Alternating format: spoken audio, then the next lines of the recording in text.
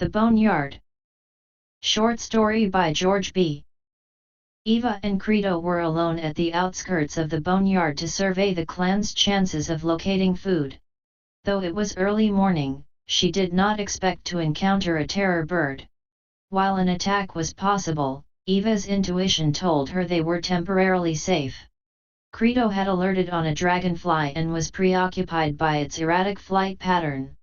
She quickly gave Credo hand signals to ignore the large insect and to instead survey the surrounding perimeter. Credo was always at Eva's side unless she ordered otherwise. He bonded with her at his birth 5 cycles ago. Eva was a leader of her people and was worthy of his attention and loyalty. Others of his kind were not as lucky. Saber cats were intensely hunted by Eva's tribe. The two species competed for the same food resources. One of Credo's eyes was damaged at birth and he would not have survived without this symbiotic partnership with his human benefactor. Eva was flawed also. Her left leg was deformed and her ability to hunt was thus limited. However, her keen sight, hearing, and intuition assisted by Credo's legs and enormous strength made them the best providers of the entire clan. The two were inseparable and were relied upon to find game when others failed. Eva's value was significant because of her second sense when it came to reading hunting signs. She could also anticipate changes in weather conditions. She felt impending danger before others and was the early warning system for all that fell under her care. The clan had a territory that covered several hundred square miles. At the center of this area was a group of thermals that belched heat, steam, and sulfuric gases all year round. This area attracted animals of all types, especially during the bitterly cold winter months, and many of the sojourners were killed or died there, leaving their bones as a temporary reminder of their fate. The area was thus known by the clan as the Boneyard. This place was the hunting ground of last resort because it held a fearful, mystical, and magnetic quality that both attracted and repelled humans and most likely other animals as well. The dominant species, other than humans, were the apex predators of the megafauna of the late Pleistocene. However, the most feared and formidable was the terror bird. It was flightless, was over 8 feet tall and weighed approximately 330 pounds. Their heads were large, with huge, axe-like beaks. Being enormously quick and vicious, they ran at speeds exceeding 40 miles an hour in short spurts. These birds could track, attack and kill prey much larger than themselves. They worked in groups of 2 or more and were intelligent and fearless. This species always came to the boneyard during specific seasons and Eva was very aware of their customary behavior. However, this year was particularly bad for hunting and the clan was pushed to take more chances than they have normally. Eva and Credo were critical to the tribe's survival. She knew she could not make a mistake. An error on her part could result in her death and the possible demise of the entire clan. In desperation, Eva headed for the boneyard. Though the risks were great, the boneyard represented the only true guarantee for food. Eva knew the terror birds would most likely be there as well. The clan's weapons were spears and slings, along with their coordination, unity of purpose and their capacity to adapt to changing and dangerous events. While alert and in a hunting party, her people could adequately defend themselves. However, as individuals or in small groups, humans were too slow and vulnerable, unable to defend against 2 or more terror birds if the attack was in unison. During resting periods and at night the danger was at its peak. These birds loved to hunt in the early evening and early morning hours. Eva maintained watchmen all day long and deep into the night to alert for any danger. Other than these terrible flightless birds, the dire wolves, who weighed an average of 150 pounds, were a concern because they were also pack hunters. Fortunately, since the clan was in bird territory, the wolves were not going to be present. The wolves feared the birds more than the humans. Eva was concerned and more frustrated than normal because her people had been decimated through disease and starvation. The older members and the very young could travel no more, and without enough food the entire clan's endurance was at its end. Being now half their normal numbers, the clan could not both man multiple hunting parties and adequately protect the elderly and children. Eva had to find a solution and was desperate to do so. At this point, the boneyard would be the best answer to the clan's need for a food source. Eva decided to put every able body out to gather food and hunt, praying the worst would not happen. While pondering the serious issues in front of her, Eva remembered a dream she had not long ago. The stones from a mountain fell on her and Credo. She expected to die, instead they survived without a scratch. Could this dream have been pointing her to the survival or inevitable destruction of her clan? This was a puzzle and she had to solve it and solve it soon. Eva was thinking, the boneyard might just be their last stand, but was jolted back to the reality, when she saw Credo returning from his survey of the thermals. He was acting differently, shown by his speed and directness of approach. Eva sensed his excitement. This meant food or danger, and maybe both. In anticipation, she took out her sling and placed a large stone in it. As he approached, he made a set of quick clicking sounds, key, kick, key, kick. She knew to follow him immediately. As they rounded a small thermal pool of green and orange algae, the billowing steam was blown away by a stiff breeze to reveal a set of 5 crude nests on the ground. The nests were full of several very large eggs. Eva knew immediately these were terror bird eggs. Because of her desperation, she didn't hesitate. She grabbed her carrying pouch and put as many eggs in it she could. She then fashioned a drag from some branches and placed several more eggs on it to take them back to the camp. She knew the birds would follow her trail as soon as they discovered the missing treasure, but this was survival. She was ready to accept the consequences of her actions. At this very moment, Eva knew the terror birds could be attacking her vulnerable and unprotected clansmen.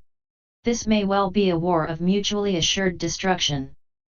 With her deformed leg, her return with the added weight of the eggs was excruciating. She was weak for lack of food and knew she had little time to escape. Credo kept a constant watch for the birds. He moved around her, first in a wide circle and then kept getting closer and closer to her as they got further from the boneyard. As she returned to the camp, the old and young greeted her with warm hugs and talk. They wanted to hear the whole story, but she was too busy trying to share the eggs with the clan. She soon collapsed from fatigue and they placed furs over her. Credo lay beside her. She slept for several hours and had the nightmare again about the landslide. When she awoke, she and Credo were given all the terror bird egg stew they could eat. The others who were out hunting returned without anything but shared in the eggs to their fill. Eva knew this was the calm before the storm. She ordered fires be started and maintained around the perimeter, and she and Credo left the encampment.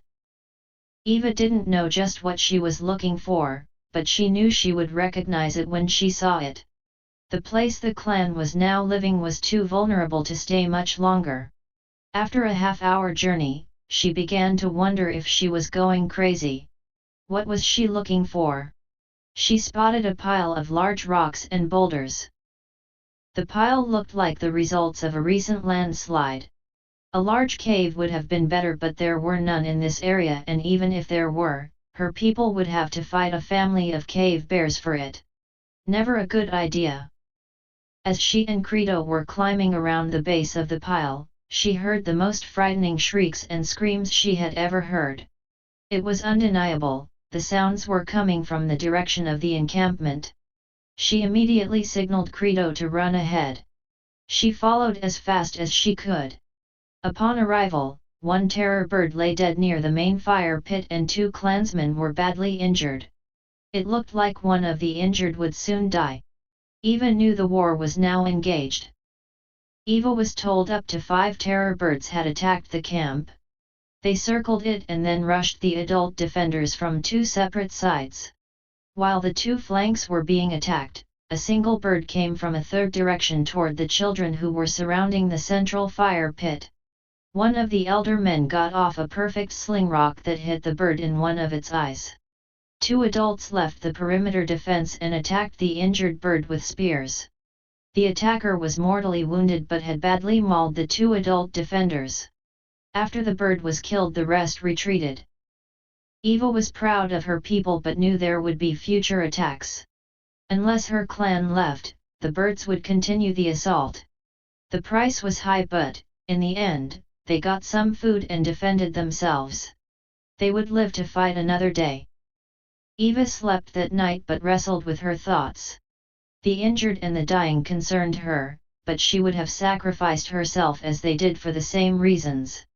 She was without mate or child because she was deformed. The ways of her people demanded that from her. She knew no other life. Her parents had long since succumbed to starvation. Credo was now her family. He was her child and companion.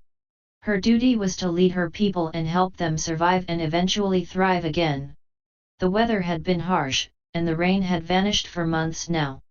There was hope the snows would come and next spring would return to normal, but she was afraid only the bitter cold would come instead. If they survived this winter, they might have to leave their hunting grounds to find other territory. This too might be a death sentence. They would most likely have to fight other clans and other species to venture into their hunting grounds. The hope was that with deep snow, hunting and tracking the scarce game would be made easier. The surviving bison would be encumbered by the snow and come into the range of the clan's spears and slings. She knew she could not leave, she had to fight the terror birds for what little game existed until the snows came. Her people were as desperate as she knew the birds were, possibly only one species would triumph, and Eva intended it to be her clan. At least the killed terror bird would feed the group for several days and might give them the strength to accomplish much more than just surviving a few more days. When Eva woke in the early morning, Credo was already sniffing around the main fire pit for breakfast. Some cooked bird sounded like a good start to his day. Eva went over to the fire and cut off some large chunks off the carcass and gave it to Credo, who devoured it quickly, ending the repast without anything but a loud burp and the licking of his lips and paws. He purred and rubbed his long powerful body against Eva to thank her for his meal. Eva felt it was time to call a meeting to discuss what was next. All were present, young, old, and injured, a total of maybe 50 people. The badly wounded male was still alive and was showing signs of improvement. The herbal-based antibiotic bandages, laced with sulfur, had prevented infection from taking the warrior's life. The injuries were severe, however. The clansman presently was without infection and food was available, and if this continued, survival was possible. Eva could count on possibly 15 strong adults that could do some heavy lifting. Her plan was simple but strenuous. She was going to move the clan to the landslide and dig down and remove smaller rocks, silt, and dirt from between the larger boulders, making spaces where her people could fit within the rocks. The clan had never tried anything like this. Their winter home had been moss, leaves, pelts and furs lining snow caves built into drifts of snow. In her mind, this excavation was not a permanent home but a safe room for the people left behind when the warriors went out to hunt and gather. This way the predators could not get to the young, wounded and elders. The openings for the clansmen would be sized to allow their entrance but not their predators. Theoretically, a few spears wielded by the elderly would protect the narrow entrances from even the strongest, largest, and most enthusiastic attacker. Thus, Eva's landslide would now become the fortress for her people. Now the dream made sense. She was in a race to move the clan and start excavation before the birds attacked again. Eva sent Credo to circle the formation as they moved. He would alarm them if the birds were gathering for a new attack. She chided and pushed her fellow clansmen to move quickly. They built drags for the 2 injured warriors and kept the young and old in the center of their formation. No one went out to hunt or gather, they stayed within sight and touch of each other. Though Eva got to the rock pile in 30 minutes before, this group would take 2 hours to make the same journey. Initially, things went smoothly, but within an hour Credo gave a warning growl. The others did not understand, but Eva knew immediately. She had one of the men climb a tree and act as lookout. She sent out an advanced guard of 2 warriors to do the same thing. She then sent 5 ahead to secure the rock pile. While on the move, the group was most vulnerable. Within a few minutes of Credo's warning, 2 terror birds appeared in front of the group. 2 then appeared to their rear. Suspecting the same tactics from the previous attack, Eva ordered the remaining warriors to align themselves on the 2 flanks of their formation. Within seconds, 2 birds surged from the underbrush towards the middle of the right flank of the group. 1 bird got to their center and killed 2 children instantly. The other bird never made it to the defenders. He was hit with several sling rocks and run through by at least 3 spears. The bird that reached the core of the clan sliced straight through and had disappeared into the underbrush. Eva ordered everyone to get down and to start torches, hoping the fire would discourage a new assault. After an hour there were no new attacks. Credo gave Eva an all-clear growl and she ordered the clan to pick up the dead children and butcher the lifeless bird. Within a few minutes the group was on its way to the rock pile. She grieved for the 2 lost children but understood the way of life. They had survived by eating the birds' eggs and these vicious birds had returned the favor. When and how this would end was now beyond her comprehension. They soon arrived at the landslide. Eva gave the order to make camp. She placed lookouts on the top of the rocks and had the pile become the rear flank of the encampment. She sent several of the children with torches to look for gaps, cracks and clefts in the pile. Within a couple of hours, the group had settled down for the night. The pile was so irregular, she felt the birds could not easily negotiate it with any speed or ability to launch an attack. She ordered all the brush and small trees removed in a wide arc around the camp and the rocks. The group worked continually for hours before they sat down to eat and mourn the death of the 2 children. Their custom was to leave the bodies of the dead in trees on small platforms.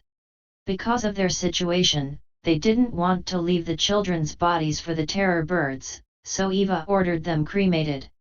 The clan built a large fire pit on the outside of the encampment and burned their remains. The drought had made the availability of materials to build large funeral pyres very easy. Eva did not sleep. She wondered all night if their enemies would return. She had lost 2 children and had 2 badly injured warriors. She had killed 2 of the enemy and destroyed most of their next generation of chicks. The eggs she took to feed her clan were probably the last or only clutch before winter. To her knowledge, their small population indicated they didn't reproduce frequently, and then few hatchlings even survive into adulthood. So, their actions might have already struck deeply at their survival numbers for future generations. So be it. It was now a war of extinction as far as she was concerned. Eva decided the clan would not move again before thaw. This was now their winter home and maybe to become their 4 seasons home. Until now she had never considered such a thing. However, the food was available here all year long. The only reason they didn't stay before was the terror birds. Necessity caused by drought had brought them here and the elimination of the terror birds might change their entire fortunes for generations to come. Several days after the clan settled into the new camp, Credo laid with his body next to his guardian and purred delightfully. She was deep in thought. Eva was planning an offensive. She mused, now that the pile is properly prepared and fortified, it is a haven for the clansmen and the hunted become the hunters. We know where their nests are. She wonders, are they intelligent enough to move to a new location? It was obvious to Eva the birds had never feared discovery. The thermals had been their safe place for eons. It provided warmth, camouflage, and even obliterated their scent because of the sulfur-laced gases. Eva thinks, Credo discovered it and we will exploit it again. If they are not able to adapt and nest elsewhere, next year will be their fall. Next year will be their end. To be continued.